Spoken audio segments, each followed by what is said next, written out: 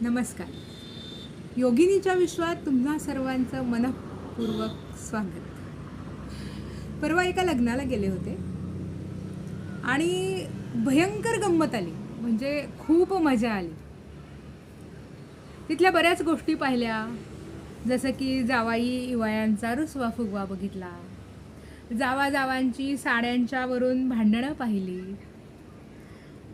रुखवत बघून ज्यांची लग्न झालेत त्यांचे मुरडणारे चेहरे पाहिले, लाडू खाताना सुद्धा लाडू कसे कडक आहेत किंवा कसे मऊ आहेत, गुलाबजामुन किती पाकात डुबलेला आहे, हे सगळं येणारे वऱ्हाडी त्यांची गंमत पाहिली.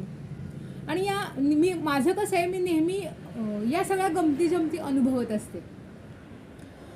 त्या ठिकाणी मला काही गोष्टी अशा क्लिक झाल्या आणि मग झालेल्या गोष्टी कोणाशी शेअर कराव्यात म्हणून मग म्हटलं आपल्या चला विश्वातल्या योगिनीच्या विश्वातल्या सर्व सदस्यांसोबत या गोष्टी शेअर करूयात.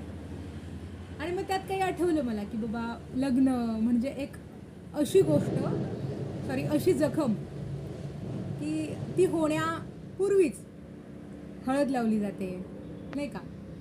तो घोडा आहे, त्या घोड्यावर नवरदेव बसलेला आहे आणि प्रचंड ते हलगी वाजवत तो घोडा पण नाचतोय, घोड्यावर तो नवरदेव पण नाचतोय. नवरदेवाच्या पुढचे सगळे पाहिला मी, पण तो एवढा आनंद प्रत्येकाच्या मनात, त्याच्यावरही मला असं विडंबन लक्षात आलं की अरे यार, लग्न म्हणजे प्रत्येकाच्या आयुष्यातला आनंदाचा क्षण, लग्न म्हणजे प्रत्येकाच्या आयुष्यातला परमानंदाचा क्षण, फार मोठा क्षण की ज्यानंतर पुन्हा आनंदच नाही असा क्षण. हा, हे खरंय.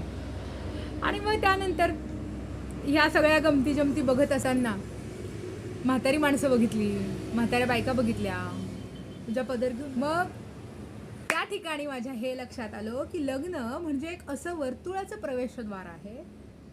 लग्न म्हणजे एक असं वर्तुळाकार प्रवेशद्वार आहे ज्यातून प्रत्येक लग्न झालेला माणूस बाहेर पडायचं बघतोय आणि प्रत्येक लग्न न झालेला माणूस आत यायचं बघतोय. म्हणजे लग्न ही फार मजेशीर गोष्ट आहे. जो खाए पछताए ना खाए पछताए.